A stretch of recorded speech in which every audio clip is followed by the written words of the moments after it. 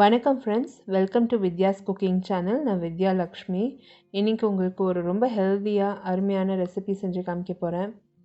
சீமத்தனை அதாவது quinoa, oats, பைத்தம்பருப்பு வச்சு ஒரு அருமையான லட்டு ரெசிபி செஞ்சு காமிக்க போகிறேன். இந்த ரெசிபிக்கு தேவையான பொருட்கள் நான் செய்முறை பார்த்துக்கலாம்.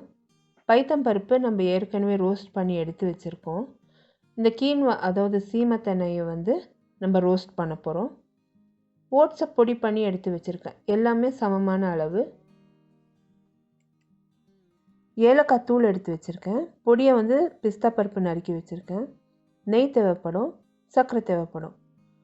அம்மா ரெகுலராக இந்த பைத்தம்பருப்பு யூஸ் பண்ணுற தொட்டு அவங்க ஏற்கனவே ட்ரை ரோஸ்ட் பண்ணி எடுத்து வச்சுருக்காங்க. பைத்தம்பருப்பை நல்லா கடாயில் மிதான தீயில் வச்சு ட்ரை ரோஸ்ட் பண்ணியிருக்காங்க. எப்போவுமே ஃபஸ்ட்டு நீங்கள் பைத்தம்பருப்பை ஃபஸ்ட்டு ரோஸ்ட் பண்ணிவிடுங்க. அது ஏற்கனவே நம்ம ரோஸ்ட் பண்ணி எடுத்து வச்சுருக்க தொட்டு இப்போ மிதமான தீயில் நான் இந்த கின்வாவை கடாயில் சேர்த்து ட்ரை ரோஸ்ட் பண்ணிகிட்ருக்கேன். கை விடாமல் நல்லா ஸ்லோ ஃப்ளேமில் வச்சு ட்ரை ரோஸ்ட் பண்ணுறேன்.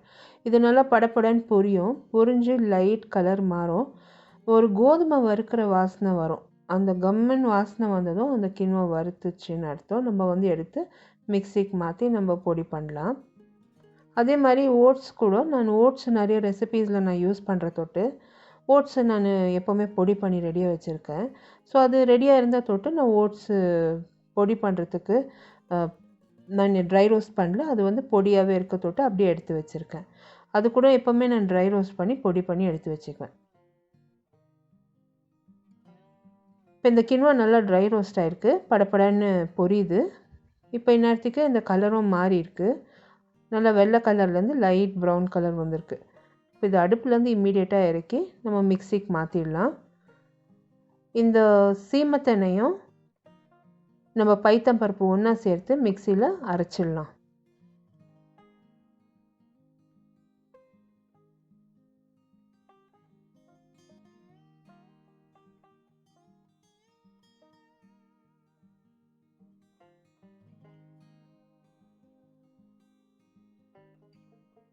சீமத்தெண்ணையும் பைத்தம்பருப்பும் நல்லா ஸ்மூத்தாக மாவு அரைச்ச பாடு நம்ம அதில் திருப்பியும் ஓட்ஸ் சேர்த்து இன்னொரு முறை அரைக்கலாம்.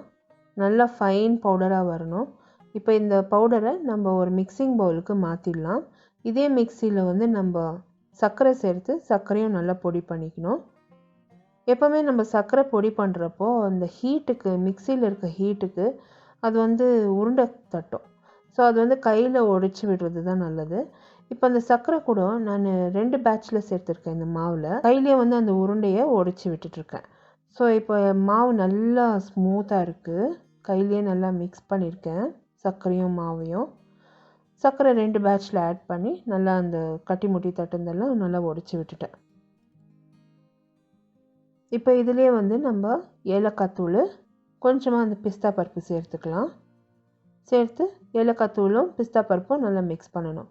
இந்த ரெசிபியில் யூஸ் பண்ணியிருக்க பொருட்களோட மெஷர்மெண்ட்ஸ், இந்த ரெசிபி இன் டீட்டெயில் என்னோடய ப்ளாகில் போஸ்ட் பண்ணியிருக்கேன்.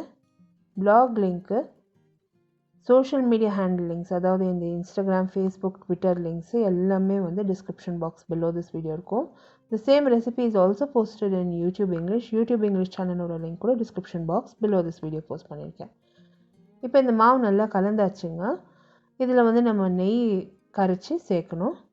மிதமான தீயில் ஒரு ஃப்ரை பேனை ஹீட் பண்ணியிருக்கேன். அதில் நெய் சேர்த்துருக்கேன். 1/2 கப்பு நெய் நான் யூஸ் பண்ணேன் இந்த ரெசிபிக்கு. ஸோ இந்த 1/2 கப்பை கொஞ்சம் கொஞ்சமாக நான் இந்த நெய்யை மெல்ட் பண்ணி நான் சேர்த்துக்கினேன். ரொம்ப காச போகாதீங்க நெய்யை. அது புகைலாம் வர அளவுக்கு காசாதீங்க நெய்யை. ஜஸ்ட்டு லைட்டாக ஹீட் ஆனால் போதும் நெய். இப்போ நான் சூடான நெய் சேர்த்ததும் அந்த சூட்டுக்கே சர்க்கரை கரைஞ்சிடும். ஸோ ஃபஸ்ட்டு நான் ஸ்பூன் வச்சு நல்லா மிக்ஸ் பண்ணிட்டேன்.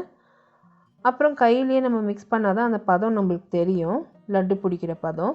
இப்போ நீங்கள் நிறைய இந்த பேக்கிங் பண்ணுறதா இருந்தால், சமோசா, இந்த கச்சோரி எல்லாம் வீட்லேயே பண்ணுறது அவங்களுக்கு தெரியும். இந்த மாதிரி ஒரு மாவு கன்சிஸ்டன்சி வரும். அது பிடிக்கிற அளவுக்கு நம்ம நெய், எண்ணெய் சேர்த்து நம்ம மிக்ஸ் பண்ணுவோம். அந்த அளவுக்கு நம்ம மிக்ஸ் பண்ணணும். ஸோ இப்போ கட்டி முட்டி தட்டாமல் நல்லா மிக்ஸ் பண்ணிகிட்ருக்கேன்.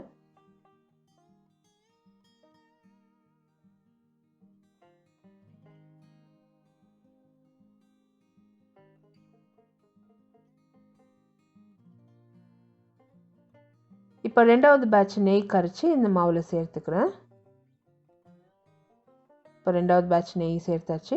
நல்லா மிக்ஸ் பண்ணோம்னா இப்போ லட்டு பிடிக்கிறதுக்கு நம்மளுக்கு ஈஸியாக இருக்கும். இப்போது சதுர்த்தி வரப்போகிறது. ஸோ புளியார் சதுர்த்தி கூட நீங்கள் சுவாமிக்கு நெய்வேத்தியமாக வைக்கலாம். வீட்டில் வந்து குழந்தைங்களுக்கெல்லாம் கூட ஹெல்த்தியாக இந்த மாதிரி லட்டு நீங்கள் தயார் பண்ணி கொடுக்கலாம். ரொம்ப நல்லாயிருக்கு. இது வந்து கோதுமை லட்டு மாதிரியே இருக்குது. ரொம்ப நல்லாயிருக்கு. ஸோ இப்போ பார்த்தீங்கன்னா நான் அந்த லட்டு பிடிக்கிறதுக்கு கன்சிஸ்டன்சி வந்துடுச்சு. இப்போ லட்டு நான் வந்து நல்லா ஒரே சைஸ் லட்டு பிடிச்சி நான் வந்து எடுத்து ஒரு தட்டில் ஒரு பக்கமாக வச்சிட்ருக்கேன். அது கொஞ்ச நேரம் ஆறுனதும் கெட்டியாயிடும். நம்ம சாப்பிட்றப்ப வாயில் அப்படியே கரையும். ரொம்ப நல்லாயிருக்கும். கெட்டியாக இருக்கும், பட் நல்லா கரைஞ்சி நல்லா ரொம்ப டேஸ்டியாக இருக்கும். ஸோ இப்போ மேலே வந்து கொஞ்சம் பிஸ்தா பருப்பு நான் வச்சு கார்னிஷ் பண்ணி நான் சர்வ் பண்ணியிருக்கேன். இது வந்து நம்ம ரூம் டெம்பரேச்சர்லேயே நம்ம இது சர்வ் பண்ணால் ரொம்ப நல்லா அருமையாக வந்ததுங்க. ஸோ கண்டிப்பாக ட்ரை பண்ணிவிட்டு உங்களோட காமெண்ட்ஸ் எல்லாம் போஸ்ட் பண்ணுங்கள். இந்த ரெசிபி உங்களுக்கு பிடிச்சிருந்தா எனக்கு ஒரு தம்ஸ் அப் கொடுத்து சப்ஸ்கிரைப் பண்ணுங்கள். அடுத்த புதிய ரெசிபியோடு உங்களை மறுபடியும் சந்திக்கும் வரை this is Vidya Lakshmi. Thank you so much for வாட்சிங். பை.